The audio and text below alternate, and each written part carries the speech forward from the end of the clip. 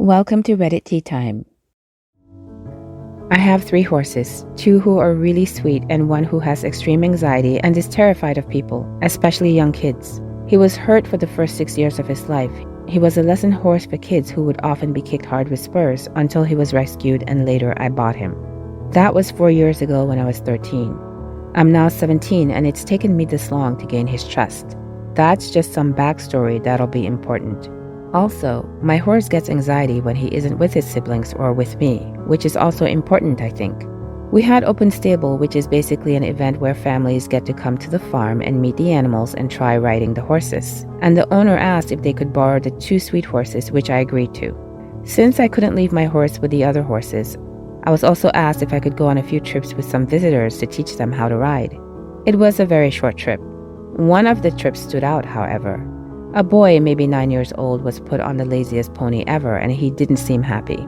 He saw my horse. He's a Shire, by the way, so he's huge. 17 hands, also known as 68 inches, 173 centimeters from the shoulder down. He's bigger than me. The kid lit up and jumped off the pony and walked over to me with the mom right behind him. This was the conversation. Entitled mom, "Excuse me, my son wants to ride that horse. Can you switch?" Me, "Sorry, no, this is my horse." Entitled mom, "No, it's the farm's horse." Me, "No, I own him. He's a private." But no, he can't ride my horse. Entitled mom, "Why not?" "He doesn't want the lazy horse." Me, "It's my horse, and I'm guessing your son has ridden very little. This horse is not for beginners and he doesn't like strangers." Then entitled mom grabs the reins. My brother was close by and got the lady to let go, but it was not over. Entitled kid, "I want to ride him." Entitled mom, "I know, but that boy won't let you. He doesn't think you're good enough." Entitled kid started crying and yelling, "I want to ride it," over and over, and I got annoyed. Me, "Lady, either get your son's butt on the pony or leave, cause you're not going to get to ride my horse. It's dangerous, and if the kid falls off, he'll get seriously hurt." Entitled mom, "No, he won't. It'll be okay." My brother, "Lady, the horse is almost my height. I've landed in the hospital because of that horse, and I got away with a broken arm. That horse does not like kids. Your son will get more injured than I did. OP is basically saving your son from a lifetime of pain or maybe death. It's true, my brother tried to ride my horse and was bucked off." Entitled mom, "You're just making that up because you're some stuck-up rich brats." Me, "All right, lady, leave. I'm not gonna take you on the ride." Entitled mom, "I'm telling the owner." Me, "Go ahead. I have 6 witnesses that can back me up." After that, entitled mom left and I was later asked about it from the owner and nothing happened to me. The owner took my side. Boggles my mind how Karens would put their own kids in danger just to get their way. OP, you handled it a lot more politely than I would have. My response would have been, "F off, Karen, and take your spoiled, disgusting little crotch goblin with you." I know nothing about horses and even I gasped when I read she grabbed the reins. Remember, kids, never give Karens power by letting them do whatever they want or giving in to their delusional demands. They don't deserve it. I'm an English teacher. Love the job. I mostly love my students and their parents. I feel blessed that most parents are good people. They're worried about their children and their progress. They can be angry but can always be reasoned with. I get positive feedback on my teaching and managing my classes and the students. Parents are generally happy with me. Unfortunately, I still have to deal with entitled parents from time to time, the Karens of parenthood. This year, I have 4 classes of last year's students. They'll take their exams and with a bit of luck, I can shake their hands at graduation and wish them the best in their future education and life when they get their diploma. To get to that point, they still need to take exams for their subjects, mine included. They can work in digital books or in their regular paper-bound ones. I don't really care what works best for them. I also don't mind tutoring, but I have my conditions. 1. Do your homework. 2. Pay attention. 3. If or when you think you understand, you can start on the homework. 4. Do not interrupt me when I'm talking or explaining. 5. You ask questions. Basically, the basics of what a student should do. This class knows exactly what the days and times are for their tests, including the material. I made those dates known 2 months in advance as I know that some really need or could use that time. I've uploaded everything in Google Classroom concerning the materials of the last 3 tests along with links and materials for extra practice. Enter entitled student. Entitled student doesn't work on my subject in class. I've corrected him numerous times, sent numerous emails to his parents and team lead about his behavior, and have had many meetings with all parties involved. Promises are made by him and his parents about bettering himself. He knows and understands that what he does isn't good for him and doesn't help create a healthy learning environment. For added info, he doesn't have any learning difficulties, mental health issues, or anything. This behavior was known in primary school and years before. School isn't a priority, his own words. I've offered tutoring on the previously named conditions and told him that with his current behavior, he can't get my tutoring. He's free to ask other teachers, but at the risk they'll ask me about him, refer him back to me, and or refuse him. Both he and his parents understand that and have said so. They agreed with what was said. Now on to the story. Exams are coming up. He hasn't done a thing. Every piece of advice has been given and a lot has been practiced. They're all drilled on all the strategies, tricks, and everything they might encounter. Then the week before the holidays, there are no classes. Students can make appointments with teachers, or teachers can invite students for extra help, etc. I've sent 2 different emails to 2 different groups per class. Both students and parents got this email. One saying that said student is more than welcome to come at XYZ time if needed, but I need to know if a student comes and what they want to know so I can provide material.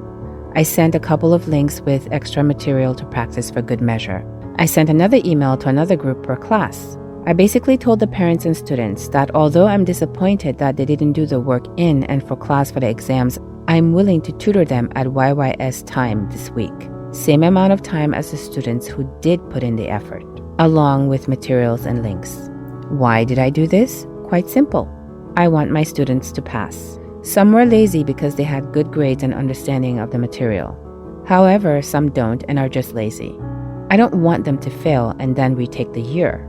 Also, it puts me in the parents' and school's good books, in case things go to heck.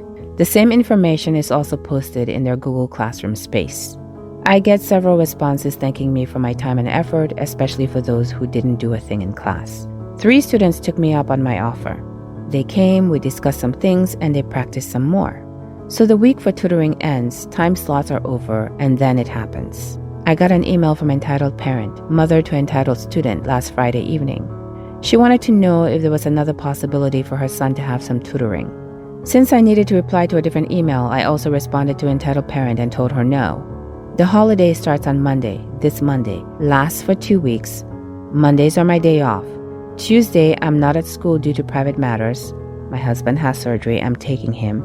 And Wednesday is a test for my subject. He's had the entire week to come to the different times stipulated in Google Classroom and the email. For good measure, I asked if a colleague wanted to help in our teacher group chat. 3 said they wouldn't mind. I suggested to entitled mom to email these colleagues of mine and see if one of them has time on Monday, Tuesday before the exam on Wednesday. On Saturday, entitled parent sent an email to me demanding that I tutor her son, entitled student. Her reasoning? He needs it, so I should just do it. He's my student and it's my job, no one else's. I've got holidays now, so I should have plenty of time to help her son out. I don't respond. It's my holiday, and after 2 near burnouts, I've learned my lesson about not working in the holidays. It's Wednesday now, and this woman has sent no less than 22 emails. I just had contact with a colleague who is like the team lead of my department of students. He's pissed and will deal with it. I'm so glad that this parent doesn't have my number. As they say, no is a complete sentence. He's my student and it's my job, no one else's. I've got holidays now, so I should have plenty of time to help her son out. Ah, yes. The student nor his parents can be bothered to put any effort in via the standard avenues, take you up on additional tutoring at the times you've made yourself available, nor can they contact you at normal business hours to seek out help. But now that the exam is imminent, you need to make their lack of engagement and effort your emergency. As we all know, teachers are of course on call at all times to their students since it's their job to get them to pass, not the student's job to put in the effort to pass. I'm also of course shocked they consider themselves entitled to your time off. As the old saying goes, oh no, not the consequences of my actions. You do know that this is so they can say it's your fault their son failed, right?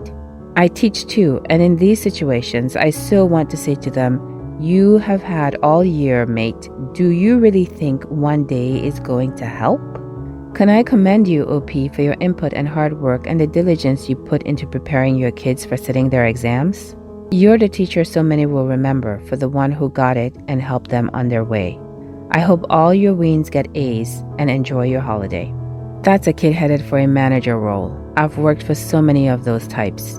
I'm glad you have your lead on your side. That makes all the difference. My bestie is a teacher and the stories she tells are mind-boggling. My parents were involved in our school activities as part of booster clubs, but when it came to academics, they trusted the teachers' observations. The only time they challenged teachers is if they thought one of us were being unfairly singled out and punished. There were only a handful of times that happened to all of us as a whole. We were either all good kids or we just didn't get caught. Teachers really don't make enough for what they have to do these days. I'm not sure whether this belongs in this subreddit or not. If it doesn't, let me know and I'll repost in the appropriate subreddit. My best friend Naya's older sister Skylar has 2 kids with her husband Cole. The kids are Jay, 5 male, and Leah, 12 female. Naya and I have known each other for 12 years since freshman year in high school and are extremely close, but we're on completely different work schedules, with her working Monday through Friday and me working Friday to Tuesday. Because Naya has weekends off and I don't, we rarely ever get to hang out. But when we do, I always request PTO so we can, since Naya's job doesn't offer PTO, and her paychecks are already immensely small as it is. At the end of April, Naya and I planned a sleepover at her house, so I requested my PTO a month in advance. It's only supposed to be 2 weeks' notice, but if I know sooner than 2 weeks, a heads up with extra time to spare is always nice.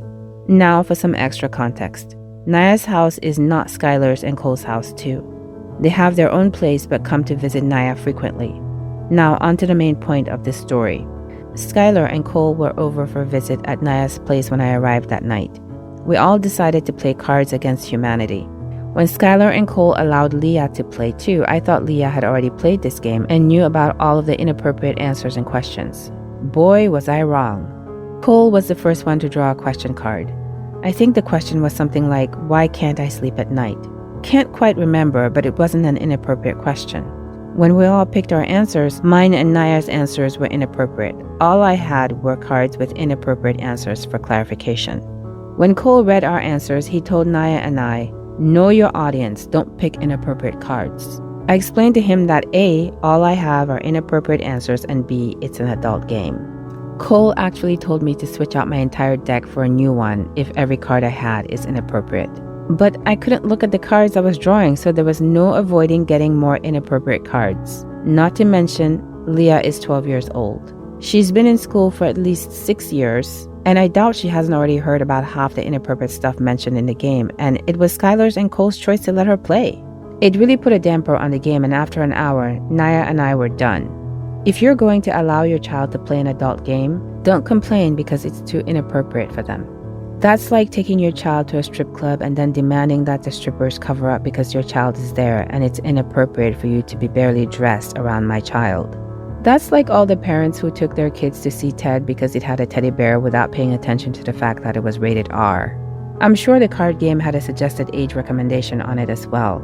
It isn't your fault that the parents are too poor to pay attention. If they want to play Cards Against Humanity with kids, they need to get apples to apples. That's what it's for. The last time I played Cards Against Humanity, I had to explain necrophilia to my mom. It's not for kids or aging Republicans. What do you think? Please let me know in the comments below.